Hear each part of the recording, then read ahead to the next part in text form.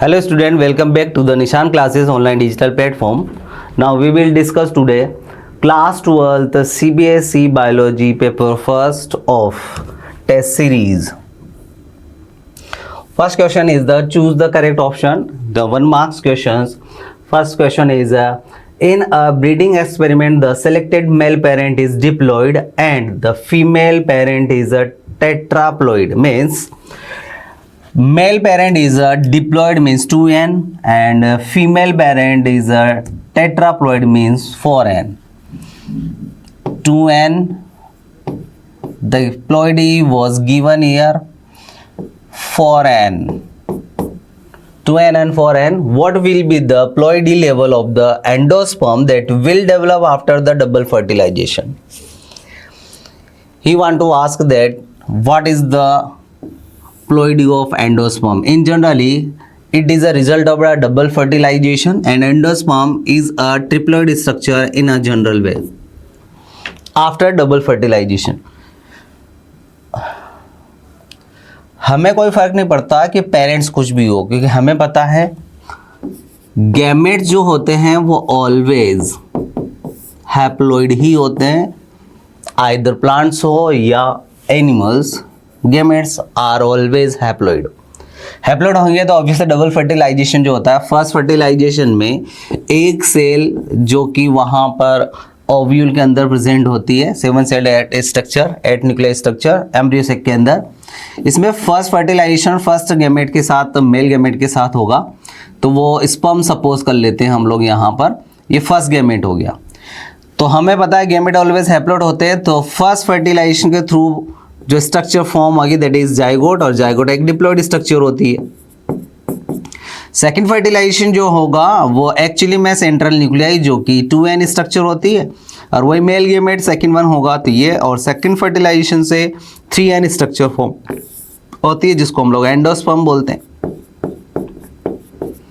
तो पेरेंट की प्लॉइडी कुछ भी हो, गैमेट्स ऑलवेज हैप्लॉइड होने की वजह से एंडोस्पर्म की प्लॉइडी सेकेंड फर्टिलाइजेशन के थ्रू 3n ही होती है. तो एंडोस्पर्म की जो प्लॉइडी है उस पर कोई अफेक्ट नहीं होगा. It means that is the triploid structure. Answer आता है हमारा B. Question number second, the number of meiotic division required to produce 400 seed in the pea plant is. Pea plant में जो 400 सीड है इनमें मेयोटिक डिवीजन कितना होगा, ये कंप्लीटली पूछा है पी प्लांट के अंदर. तो हमें पता है सीड का प्रोडक्शन जो होता है वो कैसे होता है. सीड जो है वो एक्चुअली में माइक्रोस्पोर से मेल गैमेटोफाइट पोलन ग्रेन बनेगा. पोलन ग्रेन से देन जो है वो फर्टिलाइजेशन के थ्रू सीड का प्रोडक्शन होता है जाइगोट से, एम्ब्रियो से. तो हमें पता है कि 1 मियोटिक डिवीजन से 1 मियोटिक डिवीजन होता है, और एक मियोटिक डिवीजन के थ्रू 4 माइक्रोस्पोर का प्रोडक्शन होता है, ये हमें पता है. तो एक डिवीजन ये और 4 माइक्रोस्पोर का प्रोडक्शन हुआ. और माइक्रोस्पोर जो है वो ईच माइक्रोस्पोर एक सीड में कन्वर्ट होता है, क्योंकि ईच माइक्रोस्पोर जो होता है वो पोलन ग्रेन में, और पोलन ग्रेन्स जो होता है उससे 1 से 2 न्यूक्लियाई जो है वो फॉर्म होते हैं, यानी कि 2 मेल गैमेट्स 1 से. बिकॉज ऑफ हमें पता है यहाँ पर जो 4 माइक्रोस्पोर, इन 4 माइक्रोस्पोर को हम लोग क्या करते हैं, डेवलपमेंट पे लेके जाते हैं और मेल गैमेटोफाइट पोलन ग्रेन का डेवलपमेंट करते हैं. एक पोलन ग्रेन में 2 जो है वो मेल गैमेट फॉर्म होते हैं. ईच गैमेट से 2 जो मेल गैमेट होंगे तो एक गैमेट ही जो है वहाँ पर प्रोड्यूस करता है एक जाइगोट, और जाइगोट से एम्ब्रियो, और एम्ब्रियो से एक सीड. मीन्स बोल सकते हैं 4 माइक्रोस्पोर से कितने पोलन ग्रेन बनेंगे, 4 पोलन ग्रेन का प्रोडक्शन होगा. और 4 पोलन ग्रेन में जो है ईच पोलन ग्रेन से एक ही मेल गैमेट जो है वो सीड के प्रोडक्शन में काम आता है. तो 4 पोलन ग्रेन से 4 सीड का प्रोडक्शन होगा, और 400 सीड का प्रोडक्शन करना है. तो 400 सीड के लिए जब 1 से ये 4 बन रहे हैं, है ना, तो 4 सीड का प्रोडक्शन होता है 1 मियोसिस से, तो 1 से होगा 1/4. तो ऑब्वियस है हमें कितने चाहिए, 400 सीड का प्रोडक्शन किए तो 1/4 इंटू 400, तो ये हमें टोटल मियोटिक डिवीज़न आ गए. तो 100 मियोटिक डिवीज़न से 400 सीड का प्रोडक्शन हो गया है. वो साफ नज़र आ रहा है। तो number of meiotic division required to produce 400 seeds in a pea plant is, तो 400 तो सीड के प्रोडक्शन में लग गए, सॉरी 100 ये हुए 400 सीड के प्रोडक्शन में। कुछ ना कुछ गड़बड़ हुआ है क्या? 1 मियोटिक डिवीजन से 4 बनते हैं माइक्रोस्पोर, और 4 माइक्रोस्पोर से 4 पोलन ग्रेन, 4 पोलन ग्रेन से 4 सीड। तो 4 सीड का प्रोडक्शन होता है 1 मियोटिक डिवीजन से, तो 1 सीड का प्रोडक्शन होगा 1/4 और 400 होगा इधर, एक 100 काइंड ऑफ। क्लियर? तो number of meiotic divisions required to produce 400 seed in a plant, pea plants. इधर देखो एक्सप्लेनेशन देता हूँ। To produce 400 seed in a pea plant 400 female gametes are required and 400 male required होंगे gametes are needed. Each female gamete जो है वह require है 1 meiotic division to form. Obvious है, ईच फीमेल गेमेट जो होता है वो रिक्वायर्ड होता है 1 meiotic division to form each female gamete यानी एग सेल। और एग सेल का प्रोडक्शन जो होगा हमें पता है, वहाँ पर जब एग सेल से फीमेल गेमेट से मेल गेमेट का जो प्रोडक्शन होगा वो एक्चुअली में फर्टिलाइजेशन के थ्रू होगा। तो हमें मेल जो चाहिए वो भी कितने चाहिए 400, और फीमेल भी कितने चाहिए 400। मेल गेमेट जो होता है उसका जो प्रोडक्शन होगा, तो हमें पता है मेल गेमेट जो है 400 मेल गेमेट यानी पोलन ग्रेन बनेंगे। तो वहाँ पर जो डिवीज़न होगा तो पता है 1 से 4 तो 400 मेल गेमेट चाहिए, तो 400 मियोटिक डिवीज़न होंगे।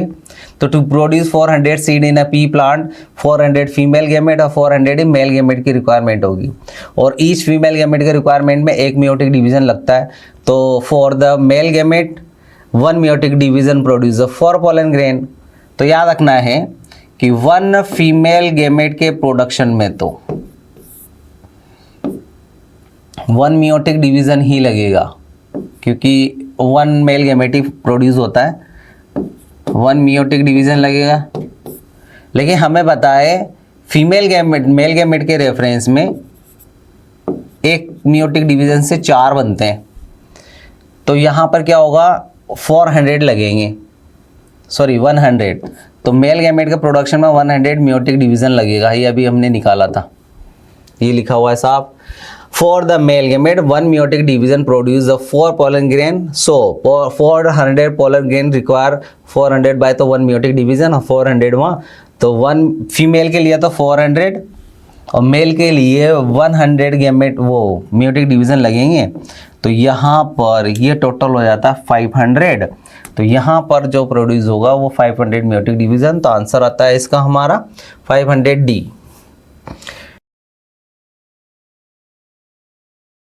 गिव बिलो आर 2 स्टेटमेंट्स,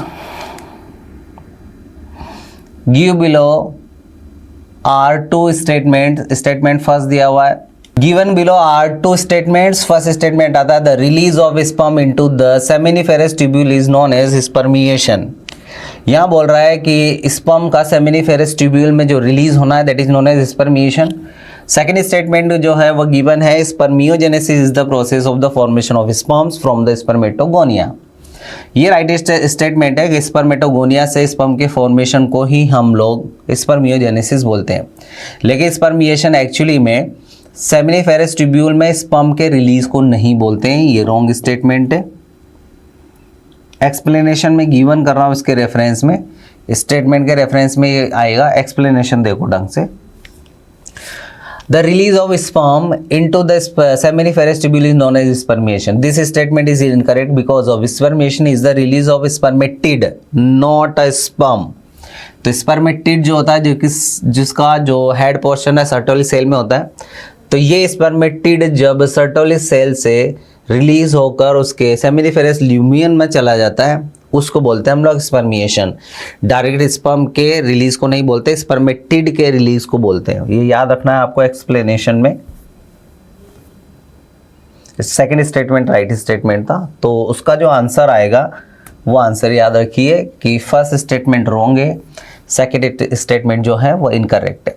तो इसका आंसर आता है A, because statement first is the incorrect but statement second is the correct option. तो आंसर आता है इसका ए। नेक्स्ट क्वेश्चन है question number 4, what is the reflex that leads to the expulsion of the baby cold. Baby को बाहर निकालना कौन सा रिफ्लेक्स है, तो हमें पता है फीटल इजेक्शन रिफ्लेक्स के थ्रू ये आउटर साइड आता है। ऑप्शन आता है सी, आंसर है C. Which cell provide the nutrition to the germ cell. Germ cell को कौन नरिशमेंट प्रोवाइड करता है, हमको सबको पता है सर्टोली सेल के अंदर जो है वो पेनिट्रेट करके रखते हैं अपने हेड, तो उस टाइम को जो है नरिशमेंट का काम सर्टोली सेल ही करती है। क्वेश्चन नंबर 6 है, विच hormone is responsible for the maintaining the lining of the uterus during pregnancy। तो during pregnancy उसकी लाइनिंग को कौन प्रिपेयर करने में हेल्प करता है, तो हमें सबको पता है प्रोजेस्टेरोन हार्मोन उस टाइम को रिलीज होता है जो कि लाइनिंग को प्रिपेयर करने में हेल्प करता है। तो याद रखना मेंटेन करने का काम बोला है, तो मेंटेनिंग जो होगा वो प्रोजेस्टेरोन हार्मोन्स की वजह से होता है, क्योंकि उसको इम्प्लांट करना होता है बेबी। ये देखो explanation, progesterone this hormone is the essential for the maintaining the endometrium the lining of the uterus throughout the pregnancy. और एस्ट्रोजन का काम होता है, while estrogen play a vital role in the development of the uterine lining before and during the early stages of pregnancy. इसका काम है early stage में और इसका काम है ड्यूरिंग प्रेगनेंसी, पूरे 9 मंथ ही जो है वो मेंटेन करके रखेगा। तो हमारा आंसर आता है प्रोजेस्टेरोन सी। नेक्स्ट क्वेश्चन आता है, which of the following is the correct sequence of the event during the human fertilisation.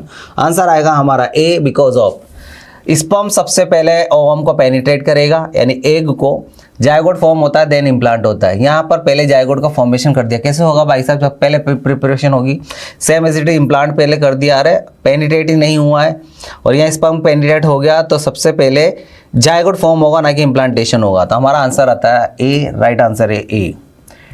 Question number है 8, what is the other term for MTP. MTP को हम लोग बोल सकते हैं क्योंकि ये एक्चुअली में प्रेगनेंसी को टर्मिनेट करने के लिए एक प्रोड्यूस होती है, मेथड होता है। तो यहाँ पर इंड्यूस द अबॉर्शन, इसी को एमटीपी बोलते हैं। इंड्यूस्ड है, इंटेंशनली किया जाता है। Match the following and the choose the correct option. यहाँ पर मैच करना है, यहाँ पर कौन क्या है वो याद रखना है। कुछ भी याद हो तो कुछ पोर्शन तो हमें याद होते ही हैं, उनको मैच कर लेना चाहिए। क्लीवेज का मतलब डिवीजन होता है, कहीं पर डिवीजन काइंड ऑफ दिख रहा है क्या, जैसे ट्रोफोप्लास्ट याद नहीं है भाई साहब हमें। क्लीवेज तो सबको पता था, क्लीवेज एक्चुअली में डिवीजन से रिलेटेड है, यहाँ कहीं डिवीजन हो रहा है क्या। Embedding of the blastocyst in the endometrium, कोई डिवीजन से लेना देना नहीं है। ग्रुप ऑफ सेल है तो मास होगा, तो ये तो आंसर आ ही रहा है साफ। The outer layer of blastocyst attach to the endometrium, यहाँ पर भी कुछ नहीं है। हाँ, mitotic division of the zygote साफ साफ नजर आ रहा है, क्लीवेज से डिनोट है, डिवीजन हो रहा है। तो बी का तो फोर्थ कंपल्सरी बोल सकते हैं, कंफर्म हो चुका। इनर सेल मास एक ग्रुप होगा ऑब्वियस है सेल का, या ट्रोफोब्लास्ट जो होता है वो ग्रुप ऑफ सेल्स है that would differentiate as a embryo. या इनर सेल मास जो बोलते हैं वो क्या है, इम्प्लांटेशन जानते होंगे, एम्ब्रियो का एम्बेडेड होना। तो embedding of the blastocyst in the endometrium, तो हमारा डी ऑप्शन भी राइट आ रहा है। एक मिनट रुकिएगा, तो क्लीवेज का मीनिंग तो साफ है कि डिवीजन से रिलेटेड, तो बी का तो फोर्थ मतलब कंफर्म है। इम्प्लांटेशन भी कंफर्म है कि ये एम्बेडेड होता है। तो ये दो की बेसिस पर देखते हैं हम लोग आंसर आ भी पाता है कि हमें थर्ड की रिक्वायरमेंट होगी। ट्रोफोब्लास्ट भी जो है the outer layer of blastocyst होती है अटैच द एंडोमेट्रियम, जो मेन एंडोमेट्रियम की सराउंडिंग होती है। तो हमें तो ए बी थर्ड नजर आ रहा है, बचा जो है वो इनमें से देख लेंगे, ये वाला बच रहा है। क्लियर, तो देखते हैं बी का तो आना चाहिए फोर्थ और डी का आना चाहिए फर्स्ट। ऑप्शन में देखते हैं, बी का फोर्थ, डी का फर्स्ट, बी का फोर्थ, डी का फर्स्ट। आंसर हमारा बी आना चाहिए। आंसर यहाँ पर ए जो गिवन किया है वो रॉन्ग आंसर है, बिकॉज ऑफ, यहाँ पर ऑप्शन देखते हैं, ढंग से देखना है आप। यहाँ पर ए के रेफरेंस में ट्रोफोब्लास्ट को थर्ड गिवन किया हुआ है कि outer layer of blastocyst attach to the endometrium होती है ट्रोफोब्लास्ट। तो ए का आंसर थर्ड है, राइट है ना। तो ए का आंसर थर्ड है, सेकंड दिया हुआ है, ए आंसर नहीं है इसका, आंसर बी आएगा। इसका आंसर बी है, करेक्ट कर लीजिएगा, इसका आंसर बी है। ए में सही है, बी का फोर्थ हमने देखा था, डी का भी फर्स्ट, तो बचा लास्ट सी का सेकंड आएगा, तो इसका आंसर आने वाला है बी। कुछ डायरेक्शन है, following question consist of the statement assertion reason वाले क्वेश्चन है, ये इनके ऑप्शंस होते हैं जिनको हमें आंसर की फॉर्म में लेना है। पहला क्वेश्चन आता है असर्शन का कि after puberty increase the GnRH, जिसको हम लोग गोनेडोट्रोपिन रिलीजिंग हार्मोन बोलते हैं, stimulate the secretion of LH and FSH. GnRH जो होता है वो स्टिमुलेट करता है एलएच और एफएसएच के सिक्रेशन को। रीजन दिया हुआ है, एलएच जो एक्ट करता है on the Sertoli cells and the FSH act करता है लेडिंग सेल्स। देखते हैं क्या आंसर आता है हमारा। फर्स्ट का आंसर आ रहा है हमारा बी, मीन्स असर्शन जो है वो राइट है, बोथ एंड ट्रू राइट है, और आर जो है वह एक्सप्लेन नहीं करता है रीजन को, सॉरी असर्शन को। तो यहाँ ए और आर तो ट्रू है, पर R is not a correct explanation of the assertion, क्योंकि एलएच एक्ट करता है on Sertoli cell and FSH act करता है लीडिंग सेल। इसका उससे क्या लेना देना है जीएनआरएचएस से, तो दोनों बोथ स्टेटमेंट राइट है कि जीएनआरएच एलएच और एफएसएच को रिलीज करता है। इधर एलएच सर्टोरी सेल और एफएसएच जो है वो लीडिंग सेल पर ही वर्क करते हैं। ये हमारे स्पर्मेटोजेनेसिस में काम आते हैं दोनों, स्पर्मिएशन और स्पर्मेटोजेनेसिस को दोनों इंड्यूस करते हैं या बोलते हैं स्टिमुलेट करते हैं। पर इसका कोई लेना देना दिल का कोई रिलेटेड नहीं है, तो ये एक्सप्लेन नहीं कर रहा उसको को वो क्यों रिलीज कर रहे हैं, इसलिए आंसर आएगा इसका बी। क्वेश्चन असर्शन में sperm are the transported in the fluid that also provide nutrition, हाँ सही है। The prostate gland and the seminal vesicle secrete the secretion into this fluid, हाँ मुझे राइट आंसर लग रहे हैं। ये बोथ जो है वो राइट है और ये ईच अदर से कनेक्टेड है, तो ये अच्छे से एक्सप्लेन कर पा रहा है उसको, तो आंसर आएगा इसका A, both are true and R explain A. Assertion reason में पहला असर्शन आता है surgical method are the terminal pregnancy prevention, हाँ surgical method are the terminal pregnancy prevention, terminate करते प्रेगनेंसी को, टर्मिनल प्रेगनेंसी प्रिवेंशन। रीजन है vasectomy involves incision the prostatic urethra, इसमें जो है आंसर आ रहा है सी। मैं ऑप्शन दिखा देता हूं, मुझे तो पता है सी जो है वो ऑप्शन होता है कि ए ट्रू है बट आर इज फॉल्स है। देखो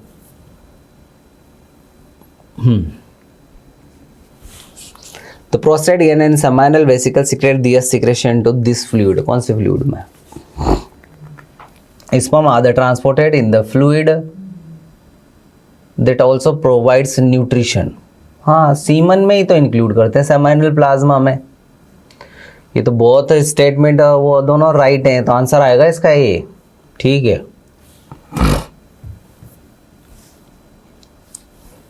ये वाला है क्वेश्चन 12th, जिसका आंसर सी आएगा कि राइटर जो बी है वो रॉन्ग है। सर्जिकल मेथड जो है टर्मिनल प्रेगनेंसी प्रिवेंशन, प्रेगनेंसी को प्रिवेंट करने के लिए है, टर्मिनल मेथड होता है, ये सही है। Vasectomy involve the incision of the prostatic urethra, नहीं प्रोस्थेटिक यूरा को इंसिजन नहीं किया जाता, वासेक्टोमी में वास डिफरेंस को इंसिजन किया जाता है, तो ये रॉन्ग है, आंसर आएगा इसका सी। ए राइट है, सी रॉन्ग है। नेक्स्ट क्वेश्चन आएगा एमटीपी से रिलेटेड है। एमटीपी सिग्निफिकेंटली डिक्रीजेस पॉपुलेशन, हाँ राइट बोल रहा है। MTP is contraceptive device, no MTP contraceptive device नहीं है, ये एक मेथड है, तो आंसर आएगा सी कि ये रॉन्ग है और वो राइट है। नेक्स्ट आता है सेक्शन बी, जिसमें वेरी शॉर्ट क्वेश्चन है। State the number of chromosome in the following sales, primary oocyte, secondary oocyte, oocyte and the follicle. तो हमें पता है प्राइमरी oocyte जो होता है वो डिप्लॉइड स्ट्रक्चर होती है, तो इसमें 23 पेयर ऑफ क्रोमोसोम आएंगे, तो यहाँ पर 46 एक्चुअली में क्रोमोसोम नंबर दे दिए टोटल गलती से। ये पेयर्स में अगर बोलेंगे तो पेयर्स में तो ये 23 पेयर आएंगे, और टोटल क्रोमोसोम बोलेंगे तो 23 पेयर के मतलब कितना होता है 46 क्रोमोसोम। सेम सेकेंडरी oocyte जो होती है 23 क्रोमोसोम है, हैप्लॉइड स्ट्रक्चर है। सेकेंडरी oocyte से ही हमें oocyte फॉर्म होता है, ये भी हैप्लॉइड स्ट्रक्चर है, तो मैं यहाँ मेंशन कर देता हूँ ये हैप्लॉइड है, ये हैप्लॉइड है, पर ये 2n यानी डिप्लॉइड स्ट्रक्चर होती है, और ये भी एक डिप्लॉइड स्ट्रक्चर होती है, तो यहाँ भी 23 पेयर मीन्स टोटल 46 क्रोमोसोम आएंगे फॉलिकल के रेफरेंस में। क्वेश्चन सेकंड का आंसर आता है ये। क्वेश्चन नंबर आएगा third, how does an oral contraceptive pill such as a Saheli function. तो सहेली जो होती है एक पिल थी जो कि गवर्नमेंट CDRI के थ्रू फॉर्म की गई थी Lucknow. Steroidal oral contraceptive method जो है वो पिल थी है। It prevent the pregnancy by the making the uterus unsuitable for the implantation and hindering sperms entry into the cervix. ये स्पर्म की जो सर्विक्स के अंदर एंट्री है उसको ब्लॉक करना, प्लस वहाँ पर जो एंडोमेट्रियम है उसकी लाइनिंग को इतना थिनर मोस कर देते हैं कि इम्प्लांटेशन ही नहीं हो पाता। तो इस तरह से ये प्रेगनेंसी को प्रिवेंट कर देती है। नेक्स्ट क्वेश्चन आता है क्वेश्चन नंबर का, ये मैंने थोड़ा सा एक्सप्लेनेशन गिवन किया है यहाँ पर, अब देख लेना है ना, मैंने अभी एक्सप्लेन कर दिया है। इसमें और क्वेश्चन आएगा, in angiospermic plant before the formation of microspore sporogenous tissue undergoes the cell division. तो माइक्रोस्पोर के प्रोडक्शन के पहले ही स्पोरोजीनस जो टिश्यूज होते हैं उनमें सेल डिवीजन जो है स्टार्ट हो जाता है।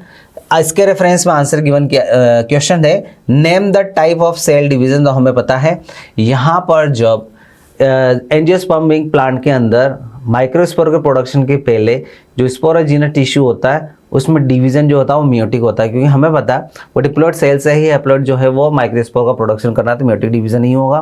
What would be the ploidy of the cells of tetrad. जो टेट्राड बनता है 4 माइक्रोस्पोर का, तो सारे हैप्लॉइड होते हैं, तो आंसर आएगा इसका हैप्लॉइड और उधर मियोटिक डिवीजन। क्वेश्चन नंबर 4 आता है, describe the structure of the microsporangium with an neatly labelled diagram. तो ये माइक्रोस्पोरेंजियम एक्चुअली में ये है, यहाँ पर ये एंथर का जो है वो ट्रांसवर्स सेक्शन है। एंथर को कट करने पर ये ऊपर से ऐसा दिखता है। यहाँ पर से यहाँ तक जो है वो एक्चुअली में वॉल होती है जिसको हम लोग एंथर वॉल से डिनोट करते हैं। वो एंथर वॉल यहाँ से यहाँ तक है। सेंटर में जो दिख रही है इसको माइक्रोस्पोरेंजियम बोलते हैं। तो माइक्रोस्पोरेंजियम के यहाँ से यहाँ तक की जो वॉल है इसको पोलन वॉल बोलते हैं। तो यहाँ पर इसमें लेयर्स होती हैं 4। आउटर मोस्ट जो लेयर है ये जो दिख रही है ये वाली मेंशन की है एपिडर्मिस। सेकंड जो लेयर है इसको बोलते हैं हम लोग एंडोथीसियम। थर्ड जो लेयर है इसको मिडल लेयर बोलते हैं, जो 2 to 3 सेल्ड थिक होती है ये वाली। जैसे अगर ये एपिडर्मिस हो गई, ये एंडोथीसियम हो गई, तो यहाँ से यहाँ तक की जो होगी 2 to 3 वो एक्चुअली में मिडल लेयर होगी। और लास्ट में इनर मोस्ट जो होती है वो टेपेटम होती है। इसकी कैरेक्टरिस्टिक फीचर याद रखिएगा, टेपेटम मल्टीन्यूक्लिएटेड होती है और ये नरिशमेंट प्रोवाइड करती है। और थर्ड वन एक एंजाइम रिलीज करती है, इसका नाम है कैलेज। तो ये है यहाँ पर इसका स्ट्रक्चर। मैंने एक्सप्लेनेशन गिवन किया है कि आउटर वॉल जो होता है एंथर वॉल बोलते हैं। ये एपिडर्मिस एंडोथीसियम 4 लेयर से मेडअप होती है। इनका डिस्क्रिप्शन मैंने गिवन किया हुआ है, आप इसको पॉज करके रीड आउट कर लीजिएगा। मैंने जो अभी बोला वो सेम है। थर्ड मिडल लेयर है, 2 to 3 4 लेयर जो है वो थिक वॉल्ड होती है। टेपेटम इनर मोस्ट हो जो ये इसकी मेन कैरेक्टरिस्टिक फीचर है। क्वेश्चन नंबर 4 आता है और का, और ही है ये 4th का। Arrange them sequentially according to how they appear in the artificial hybridization program। तो आर्टिफिशियल हाइब्रिडाइजेशन प्रोग्राम के अंदर ये जो सीक्वेंस है ये राइट है कि नहीं है, इसको अरेंज करना है कि क्या क्या किया जाता है एक्चुअली में। तो यहाँ पर जो आंसर आएगा इसका वो हम लोग मेंशन कर लेते हैं। सबसे पहले देखो प्रोसीजर का रीबैगिंग अभी नहीं होगा, पहले बैगिंग होता है फिर रीबैगिंग होता है, सिलेक्शन। सबसे पहले तो हमें हाइब्रिडाइजेशन के लिए पेरेंट्स को चूज़ करना ही पड़ेगा। पहला जो आएगा वो आएगा पेरेंट को चूज़ करना। तो फर्स्ट ऑप्शन आएगा हमारा ये, तो मैं नंबरिंग डाल देता हूँ। फर्स्ट पे हमें सबसे पहले पेरेंट्स को चूज़ करना है। पेरेंट जैसे ही चूज़ कर लेंगे तो इमेस्कुलेशन करना है, मीन्स हमें यूनि पेरेंटल प्लांट बनाना है यूनिसेक्सुअल। तो इमेस्कुलेशन में एंथर को रिलीज करके उसको हम लोग पेरेंट जो है बना लेते हैं यूनिसेक्सुअल। अब यूनिसेक्सुअल बन गया तो पोलन ग्रेन जो होते हैं उनकी डस्टिंग की जाएगी स्टिग्मा पर। तो ये सेकंड प्रोसीजर और थर्ड प्रोसीजर में स्टिग्मा पर पोलन ग्रेन की क्या करेंगे, सॉरी थर्ड नहीं आएगा अभी, पहले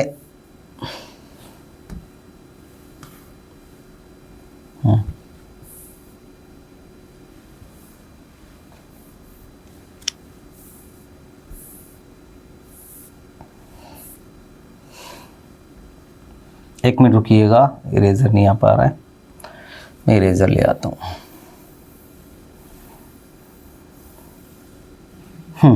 इधर देखो, पेरेंट सेलेक्ट किया, इमेस्कुलेशन के थ्रू उसको यूनिसेक्सुअल बना लिया। अब वो यूनिसेक्सुअल बनाने के बाद एंथर से पहले पोलन ग्रेन को चूज़ करेंगे और जैसे पोलन ग्रेन चूज हो जाएंगे तो इनको हम लोग डस्ट कर देंगे, स्टिग्मा पर छिड़क देंगे।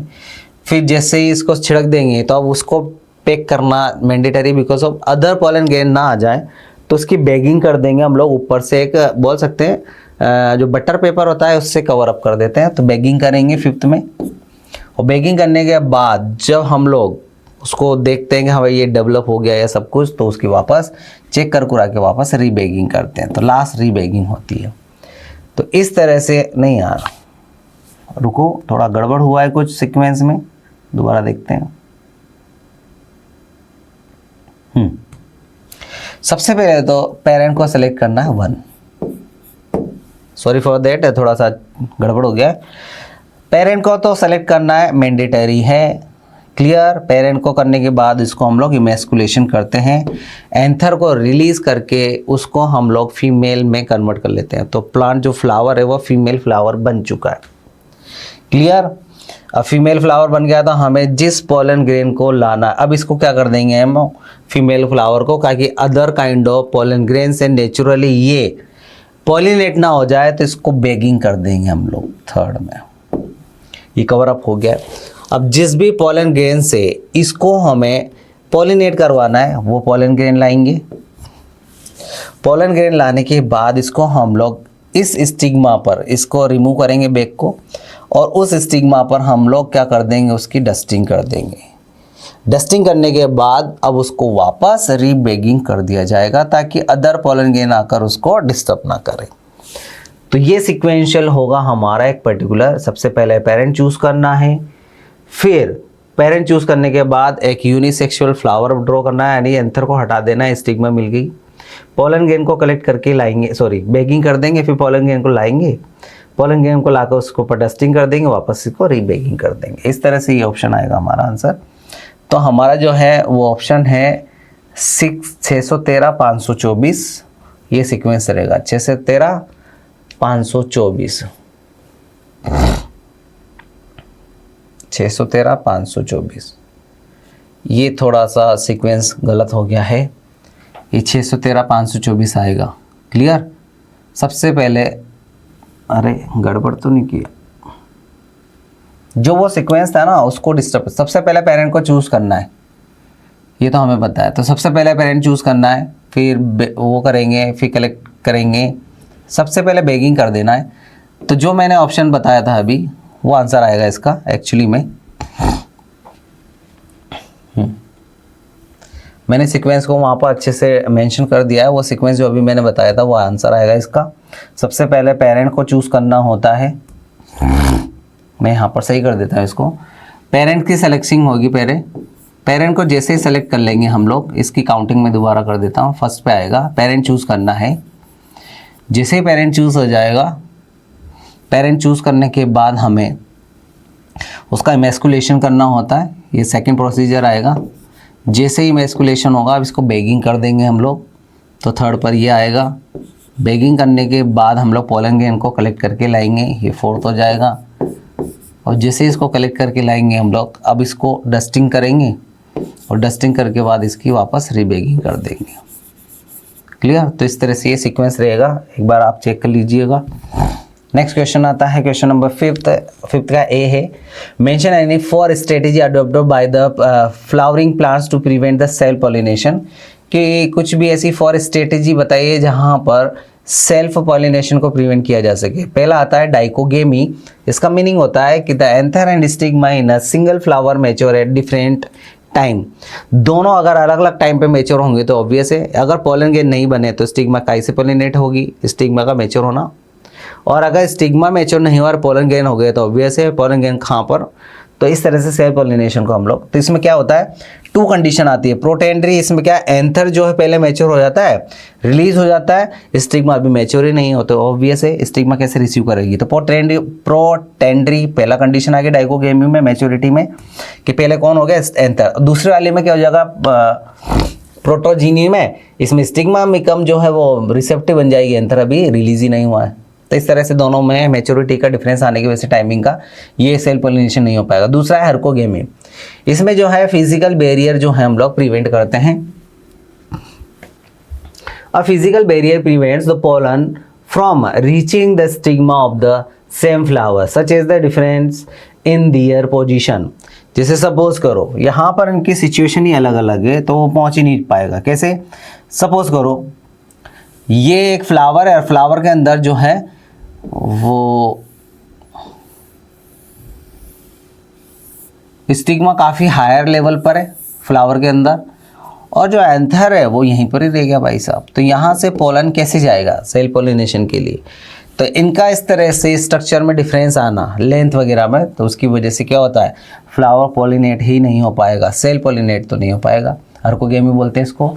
सेल्फ इनकम्पेटिबिलिटी जेनेटिक मैकेनिज्म होता है prevent pollen from a flower from the fertilization is on ovule को, कि वो एक्चुअली में स्टिग्मा केमिकली या जेनेटिकली डिसिमिलर कर लेगा अपने आप को। वह स्टिग्मा जो है वो पॉलन ग्रेन को रिसीव ही नहीं करेगा खुद के को। जैसे हमें सेम बहन भाई में शादी नहीं होती, सेम एज इट इज़ वो अपने फ्लावर के पॉलन ग्रेन को रिसीव नहीं करेगा। एक हार्मोनल और बोल सकते हैं कि एक जेनेटिकल मैकेनिज्म उनका।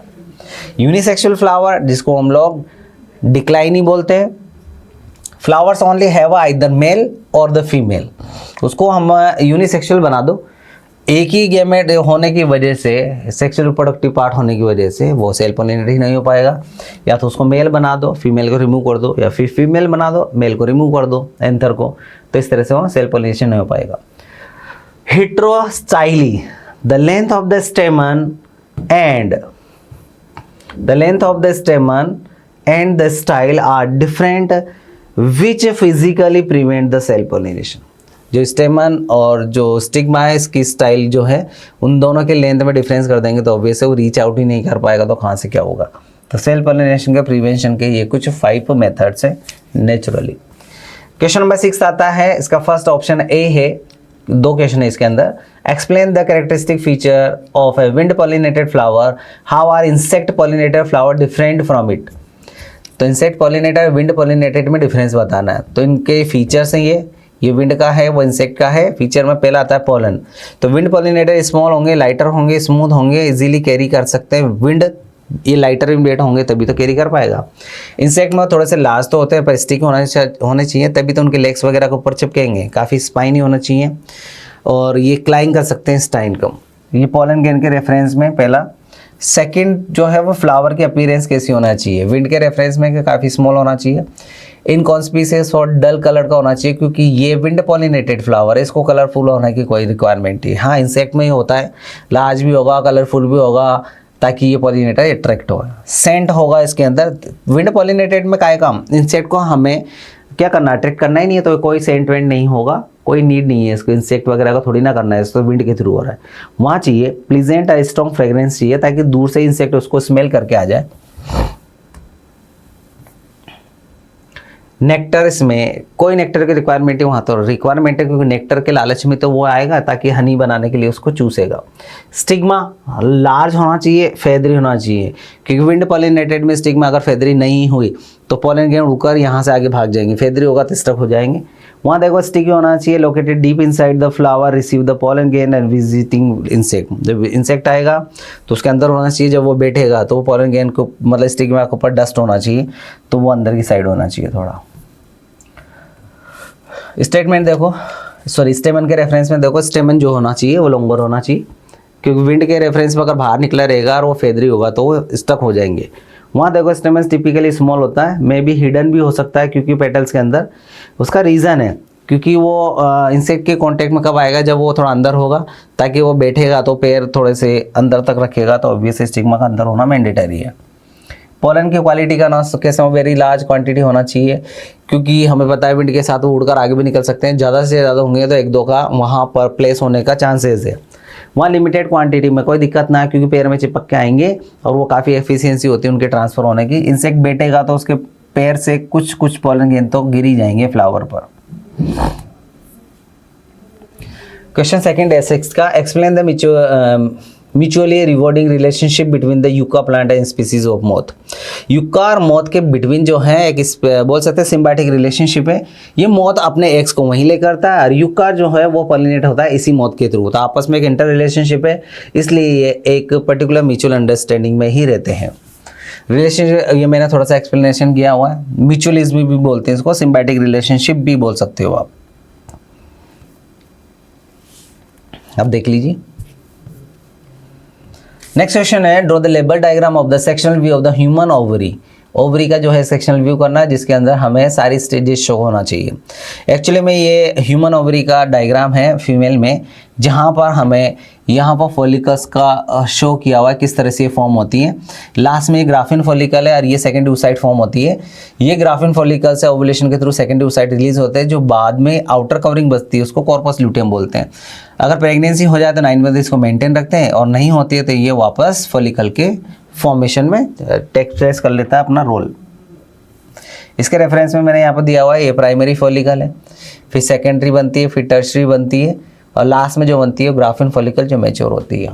डिफरेंस कितना है, यहाँ पर इनकी आउटर कवरिंग ग्रेनुलोसा सेल बनती है, फिर 2 से 3 थिक हो जाती है, मल्टीपल लेयर बन जाती है। फिर आ जाता है एक और आउटर लेयर जो कि ये ग्रेनुलोसा सेल्स ही फॉर्म करती है। 2 थीकास बनते हैं, इंटरना एक्सटर्ना, बीच में कैविटी बनने लग जाती है जो कि बड़ी हो जाएगी ग्राफिन फॉलिकल में, और ये सेकेंडरी oocyte में कन्वर्ट हो जाएगा, प्राइमरी है। क्लियर। तो इस तरह से ये फॉलिकल्स जो है वो फॉर्म होती हैं। Question number 8, briefly explain in vitro fertilization IVF and the embryo transfer ET techniques under the what condition are these method advised. किस कंडीशन में हम लोग IVF करवाते हैं, ऐसा बोला गया। तो इन विट्रो फर्टिलाइजेशन एक्चुअली में नाम से पता लग रहा है इन विट्रो लैब कंडीशन होगी, और एम्ब्रियो ट्रांसफर करते हैं इसमें। अब एम्ब्रियो ट्रांसफर में क्या होता है, देखो इधर IVF में हम लोग क्या करते हैं एक्चुअली में, कॉम्प्लेक्स असिस्टेड रिप्रोडक्टिव टेक्नोलॉजी है एक्चुअली में, where eggs are the retrieved from the ovaries and fertilized by the sperms laboratory. अगर किसी फीमेल में एग की क्वालिटी ही सही नहीं है, या बोल सकते हैं एग सही है पर फर्टिलाइजेशन नहीं हो रहा है, तो हम उस एग को मदर से आइसोलेट करेंगे लैब कंडीशन में। उधर जो फादर है उसका स्पर्म लेके आएंगे। फर्टिलाइजेशन जो होगा बोथ का वो नेचुरली नहीं हो पा रहा तो लैब कंडीशन में करवाएंगे। एम्ब्रियो बनेगा, उस एम्ब्रियो को हम लोग डायरेक्ट इम्प्लांट कर देंगे फैलोपियन ट्यूब में। एक कंडीशन तो ये होगी। जैसे एम्ब्रियो बनेगा उस एम्ब्रियो को ट्रांसप्लांट कर देते हैं हम लोग किसके अंदर, कुछ सेल तक लेके जाते हैं हम लोग। तो after the fertilization developed for few days तक एम्ब्रियो को ट्रांसफर कर देंगे direct uterus implant grow in the pregnancy, या तो यूटेरस में कर देंगे, यूटेरस में भी स्टार्टिंग स्टेज में, तो यूटेरस में इम्प्लांट कर देंगे, इसको एम्ब्रियो ट्रांसफ़र कहते हैं हम। कंडीशंस क्या होती हैं इस एम्ब्रियो ट्रांसफ़र की, देखो blocked and damage fallopian tube हो सकती है फीमेल में, कि भाई वहाँ से ओवम तो बन रहा है पर ब्लॉक्ड होने की वजह से वो यहाँ तक नहीं आ पा रहा है, जिसकी वजह से फर्टिलाइजेशन नहीं हो रहा है। इधर से स्पर्म तो आ रहा है पर वो ब्लॉक होने की वजह से बीच में ओवम नहीं आ पा रहा है। तो इस कंडीशन में हम लोग कर सकते हैं दूसरा, फैलोपियन ट्यूब जो है वो डैमेज हो चुकी है, कम्प्लीटली ब्रोक, तो ब्लॉक करने की वजह से वो आ ही नहीं पा रहा था। इस कंडीशन में हम लोग ये अप्लाई कर सकते हैं। दूसरा कंडीशन है मेल इनफर्टिलिटी। भाई साहब मेल का जो स्पर्म है वो फर्टाइल नहीं है, तो हम लोग मेल के स्पर्म को वहाँ से निकाल कर लैब आर्टिफिशियल मैनर में वहाँ पर हम लोग फर्टिलाइजेशन करवा रहे हैं। इधर है ओव्यूलेशन के रेफरेंस में कि डिसऑर्डर्स करना है, ओव्यूलेशन से रिलेटेड कुछ डिसऑर्डर हो गए तो ओव्यूलेशन नहीं हो पा रहा है, तो ओव्यूलेशन को इंड्यूस नहीं कर पा रहे हैं, तो अटेम्प्ट नहीं हो पा रहा है। तो इस वजह से, तो इन कुछ कंडीशंस की वजह से हम लोगों को IVF जो है वो करना है। एक्सप्लेन करना है, इनफर्टिलिटी भी हो सकती है। If a couple has been unable to conceive after at least 1 year of regular and protected intercourse and the other treatment have not worked, अगर वो कम्प्लीटली ट्राई कर रहे हैं प्रेगनेंसी के लिए और नहीं हो पा रहा है, बाकी के अदर को ट्रीटमेंट भी चल रहा है, तो उस कंडीशन में भी IVF कराएंगे। कुछ एज रिलेटेड भी होता है इनफर्टिलिटी, स्पर्म की काउंटिंग कम हो जाती है, एक सही नहीं हो पाते, तो उस कंडीशन में भी ये होता है आफ्टर द 35 ईयर। तो एज भी मैटर करता है। कुछ जेनेटिक डिसऑर्डर हो सकते हैं जिनकी वजह से प्रॉब्लम आ रही है ना। डोनर एग से लेके डोनर स्पर्म लेके हम लोग IVF कराते हैं फिर। तो ये कुछ कंडीशंस है जिनमें हमें IVF का रिक्वायरमेंट है। नेक्स्ट क्वेश्चन आता है केस बेस्ड। ये एक पैसेज गिवन किया हुआ है, इस पैसेज से रिलेटेड क्वेश्चन आएगा। पैसेज एक बार रीड आउट कर लेना, मैं थोड़ा सा इसको डिस्क्रिप्शन में देख लेते, इधर थोड़ा सा देख लूँ, पॉज करके आप रीड आउट कर लेना ये एक्चुअली में किससे रिलेटेड है।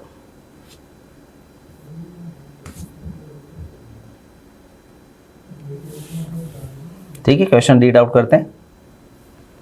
The number of genomes involved in double fertilization in angiosperm is, तो डबल फर्टिलाइजेशन के अंदर एंजियोस्पर्म में जीनोम का नंबर कितना है, genome means total number of DNA. Total number of DNA कितना आएंगे? 5 आएंगे। देखो एक्सप्लेनेशन गिवन करता हूँ।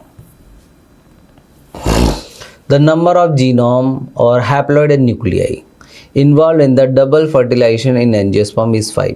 कैसे? सिनगेमी, 1 मेल गैमेट यानी 1 haploid genome fuses with the egg cell यानी 1 haploid genome to form a diploid zygote.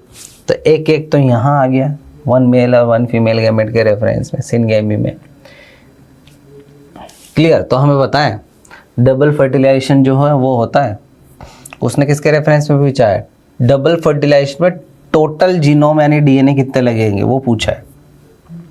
Double fertilisation में पहले फर्टिलाइजेशन में तो मेल और फीमेल गैमेट का फ्यूजन हुआ है, तो एक मेल और एक फीमेल, 2 तो ये हो गए जीनोम डीएनए। ट्रिपल फ्यूजन पे आ जाओ, वहाँ पर 3 न्यूक्लियाई होते हैं तो 3 वो हो गए, तो 2 तो यहाँ 3 वो हो गए ना, 5 टोटल। नेक्स्ट, फिलीफॉर्म अपैरेटस जो होता है इज रेस्पॉन्सिबल फॉर, आंसर देना है always guide in the entry of, answer आएगा इसका बी, क्योंकि यहाँ पर डायरेक्ट पोलन ट्यूब को टूवर्ड सिनर्जिड सेल ये सीक्रेट केमिकल करते हैं, तो ये पोलन ट्यूब सीधे सिनर्जिड के साइटोप्लाज्म में एंटर कर जाता है।